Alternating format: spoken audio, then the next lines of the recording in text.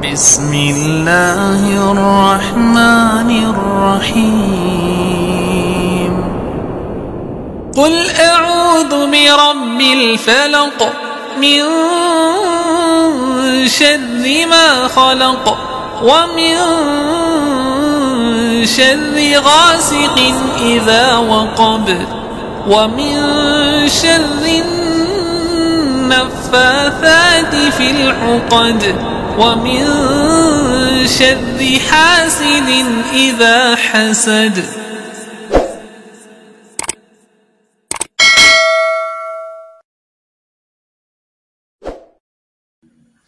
Assalamualaikum warahmatullahi wabarakatuh. Alhamdulillahi rabbil alamin wa bihi nasta'inu ala umuri dunya waddin wassalatu wassalamu ala asrafil anbiya'i wal mursalin wa ala alihi wa sahbihi ajma'in amma ba'd.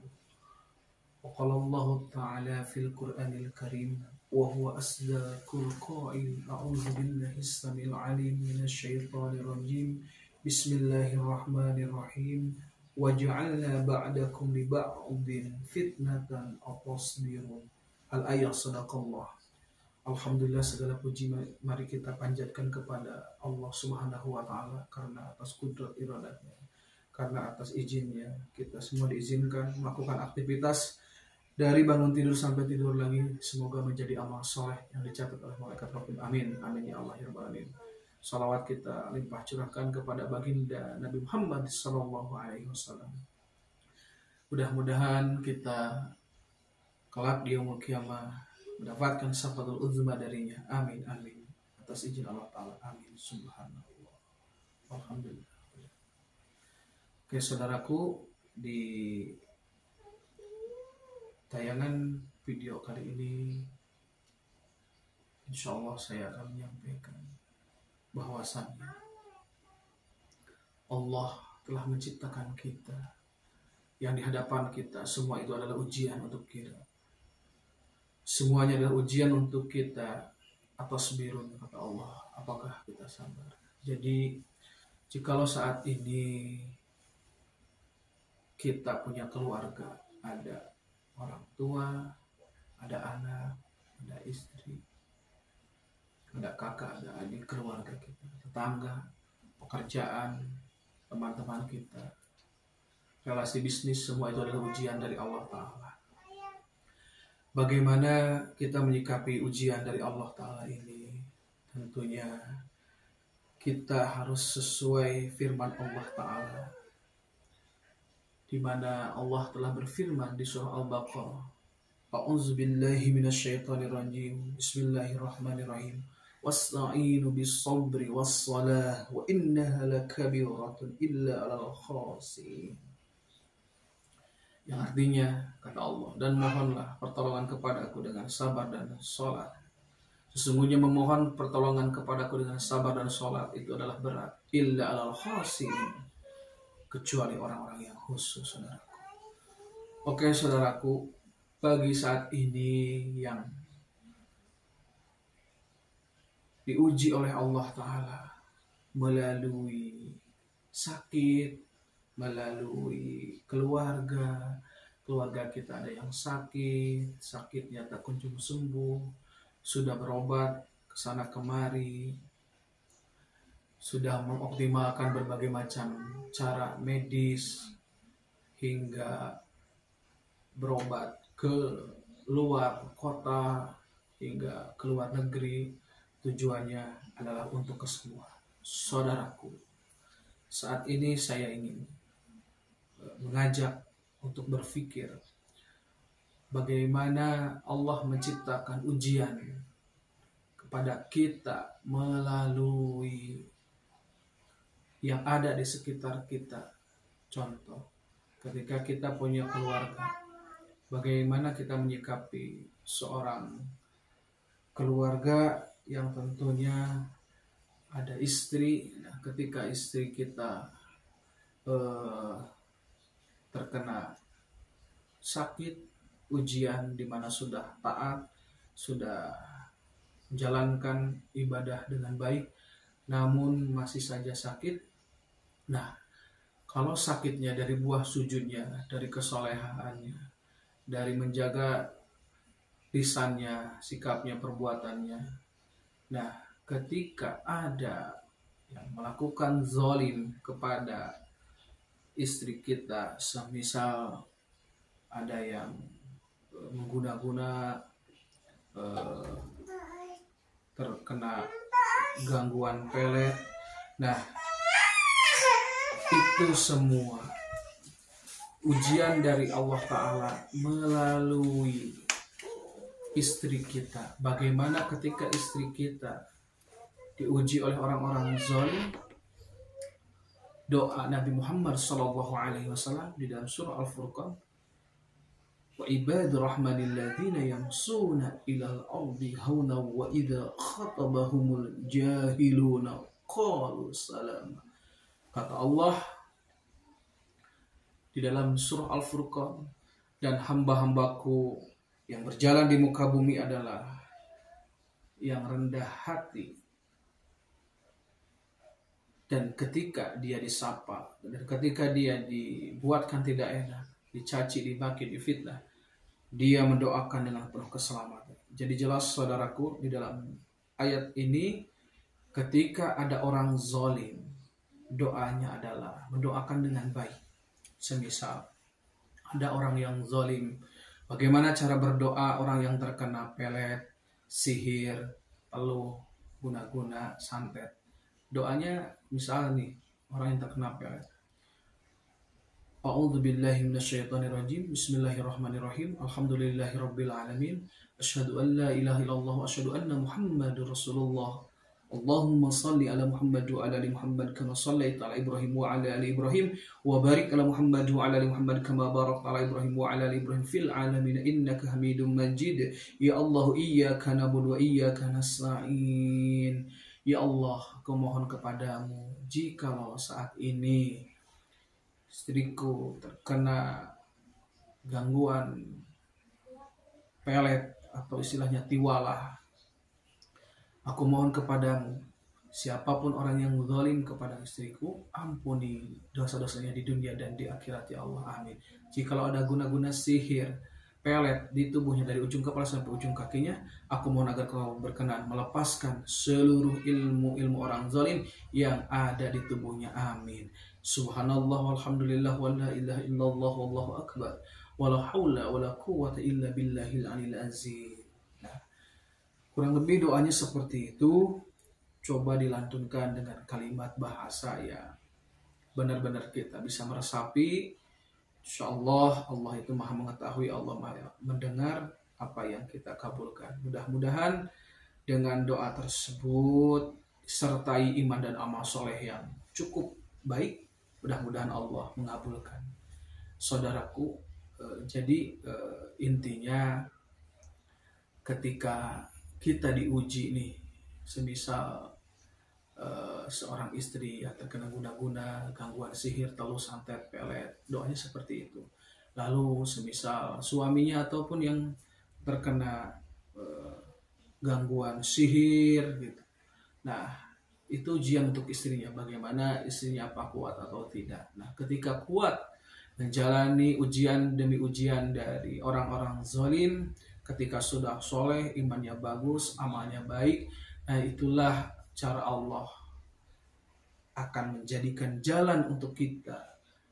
Karena ketika kita sudah bersabar, Allah berfirman di dalam surah Al-Baqarah, innallaha ma'as-sabirin, yang artinya sesungguhnya Allah akan bersama orang-orang yang sabar. Nah, kalau Allah sudah bersama kita, kalau Allah sudah ada dalam segala urusan di mana kita berdoa melibatkan basmalah, hamdalah, yakini bahwasannya yang menggerakkan aktivitas kita, dari mulai kita bergerak, dari mulai kita bernapas, dari mulai kita berpikir, dari mulai kita keluar dari rumah sampai ke tempat tujuan.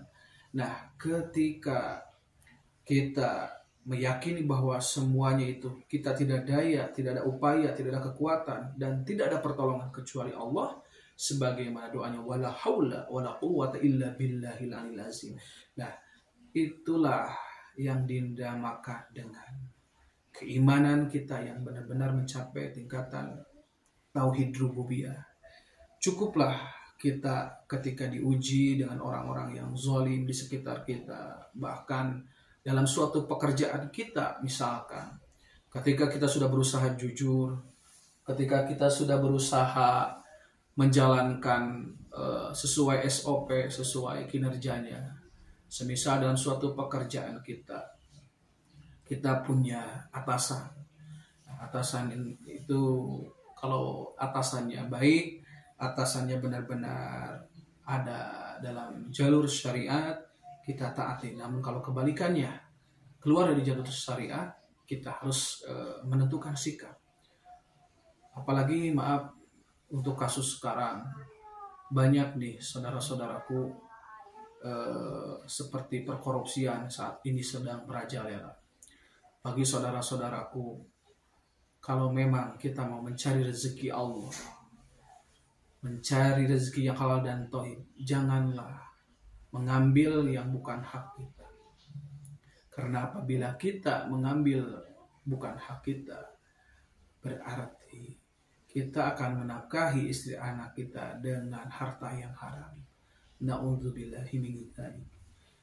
Kalau kita mengumpulkan, memperkaya diri, memperbanyak harta, lihat di dalam surah At-Takasur, orang yang akan masuk neraka itu adalah orang yang benar-benar mengumpulkan hartanya, tetapi dengan cara yang tidak baik, dengan cara yang tidak halal ataupun thayyib. Nah, saudaraku, pekerjaan itu adalah ujian. Bagaimana ketika di suatu kerjaan kita mempunyai atasan, misalkan mengajak korupsi. Nah, disitulah kalau kita punya sikap bahwasannya meyakini adanya malaikat raqib dan atid, berarti kalau pekerjaan itu menjadikan madarat, berarti kita harus menentukan sikap. Lebih baik kita mencari pekerjaan yang lebih baik, karena kalau kita bekerja tetapi dengan jalur korupsi, itu tidak akan berkah, saudaraku. Mudah-mudahan bagi saat ini siapa saja yang mengalami ujian ketika tidak nyaman dalam suatu pekerjaan, yuk kita hijrah. Bumi ini luas, rezeki Allah itu sangatlah tak terhitung, tak terhingga. Rezeki kita itu bukan hanya sekedar uang, tapi kesehatan, istri, anak yang sehat. Kita dimudahkan dalam segala urusan. Itulah bagian rezeki dari Allah Ta'ala yang dititipkan kepada kita untuk senantiasa kita bersyukur, saudaraku. Oke, saudaraku, ketika kita melihat dalam suatu pekerjaan, misalkan di suatu pekerjaan ada perkorupsian, misalkan atasan kita, bos kita korupsi, maka kita harus mendoakan orang tersebut agar menjadi orang yang baik, agar menjadi orang yang soleh, dan mudah-mudahan mendapatkan hidayah dan ampunan dari Allah Ta'ala. Nah, itulah doa yang baik, saudaraku. Jadi untuk kali ini saya ingin menyampaikan, ujian itu semuanya ada di hadapan kita. Sebagaimana tadi Allah berfirman, waja'alna ba'dakum li ba'din fitnatan aw tasbirun, yang artinya, dan sungguh kata Allah, kami ciptakan kamu dengan yang lainnya itu adalah ujian untukmu. Atas birun, apakah kamu sabar? Jadi ujian kita, kalau kita punya keluarga, suami, istri, anak, orang tua, mertua, tetangga, pekerjaan, semua itu adalah ujian dari Allah Ta'ala. Bagaimana kita menyikapinya? Kalau kita menyikapinya dengan lillahi ta'ala, dengan tujuan yang baik, serta dibarengi dengan pengaplikasian secara sunatullah, secara sunnah Rasulullah Muhammad SAW, insya Allah dengan memulai segala aktivitas kita dengan basmalah dan diakhir dan hamdalah, insya Allah semuanya itu akan menjadi nilai di hadapan Allah Ta'ala sebagai amal soleh. Amin, amin, ya Allah, ya Rabbal Alamin. Nah, sebenarnya saudaraku, saya ingin menyampaikan, ketika kita melakukan perbuatan-perbuatan zalim, ketika orang-orang itu diuji oleh Allah Ta'ala melalui apapun ujiannya, pekerjaannya, bisnisnya, kesehatannya, rumah tangganya. Nah, ketika misalkan orang itu melakukan perbuatan yang hina, seperti ketika kita diuji tetapi kita marah-marah, malah jengkel, malah emosional, malah tidak terima, menggerutu, itu akan ada makhluk yang masuk menguasai hati kita, menguasai pikiran kita, karena setan itu tugasnya adalah yuwaswisu fi sudurinas, benar-benar mendesas-desuskan, memanasi, mengkompori agar kita melakukan perbuatan yang hina di hadapan Allah Ta'ala, yang nantinya dicatat oleh malaikat atid sebagai dosa jariah. Na'udzubillahi min dzalik, saudaraku. Nah, sebenarnya ketika kita ada kejengkelan, ada kemarahan yang difikirkan, dipendam ataupun dikeluarkan, itu akan menjadi dosa di hadapan Allah Ta'ala. Na'udzubillahi min dzalik, saudaraku. Jadi sebenarnya kunci dalam kehidupan ini, yuk kita jalankan aktivitas kita dari bangun tidur sampai tidur lagi semata-mata karena Allah Ta'ala. Hindari perbuatan-perbuatan yang tidak baik ketika kita diuji oleh Allah Ta'ala. Bersabarlah, karena kunci kesabaran itu adalah Allah akan bersama dengan kita. Karena dengan kesabaran kita adalah termasuk orang yang terpilih nantinya.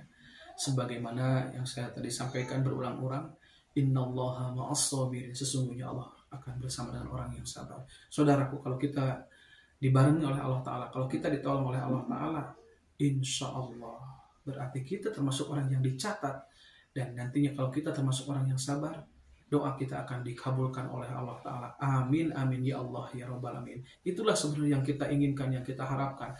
Tetapi dikabulkannya doa itu tidak selalu di dunia, bisa saja di akhirat. Seperti kita ingin ridhonya Allah, lalu kita memohon agar kita diizinkan oleh Allah agar kita masuk surga. Nah, kalau kita berdoa di dunia, itu tidak akan dikabulkan, tapi dikabulkannya di akhirat. Saudaraku, pahami bahwasanya ayat ud'uni astajib lakum wa yastajibul ladzina amanu wa amilus shalihat. Doa itu ketika kita memohon kepada Allah, Allah telah berfirman, berdoalah kepadaku, niscaya aku akan mengabulkan doamu. Nah, doa itu tidak selalu dikabulkan di dunia, tetapi bisa saja di akhirat. Saudaraku, mudah-mudahan dengan kita mendekat kepada Allah, dengan kita berusaha menjadi orang yang sabar, mudah-mudahan kita terpilih dan dikuatkan iman kita, dikuatkan ketakwaan kita, sehingga kita bisa mengaplikasikan, menjalankan aktivitas kita dari bangun tidur sampai tidur lagi menjadi ladang amal soleh yang senantiasa dicatat oleh malaikat raqib. Amin, amin, ya Allah, ya Rabbal Alamin. Mari kita memperbanyak istighfar, memperbanyak pohon ampunan, bersyukur kepada Allah Ta'ala, dan memperbanyak zikrullah. Subhanallah walhamdulillah wa la ilaha illallah wallahu akbar wa la haula wa la quwwata illa billahil aliyil azim. Mudah-mudahan dari apa yang saya sampaikan, bagi yang menonton channel YouTube saya, mudah-mudahan bisa meningkatkan keimanan, bisa meningkatkan ketakwaan kepada Allah Ta'ala. Amin, amin, ya Allah, ya Rabbal Alamin. Mudah-mudahan tayangan video ini di channel YouTube ini semoga kalian yang melihat bisa termotivasi, khususnya untuk pribadi saya, umumnya untuk kita semua. Karena kita diwajibkan untuk saling menasehati dengan baik dan sabar. Wa tawassul bil haqqi wa tawassul bis sabr. Mohon maaf jika ada kata-kata yang salah. Mohon maaf sebesar-besarnya. Kesalahan, kebodohan ada dalam diri saya. Kebaikan, kebenaran itu adalah mutlak atas izin Allah Ta'ala. Billahi fissabil haqq. Wassalamualaikum warahmatullahi wabarakatuh.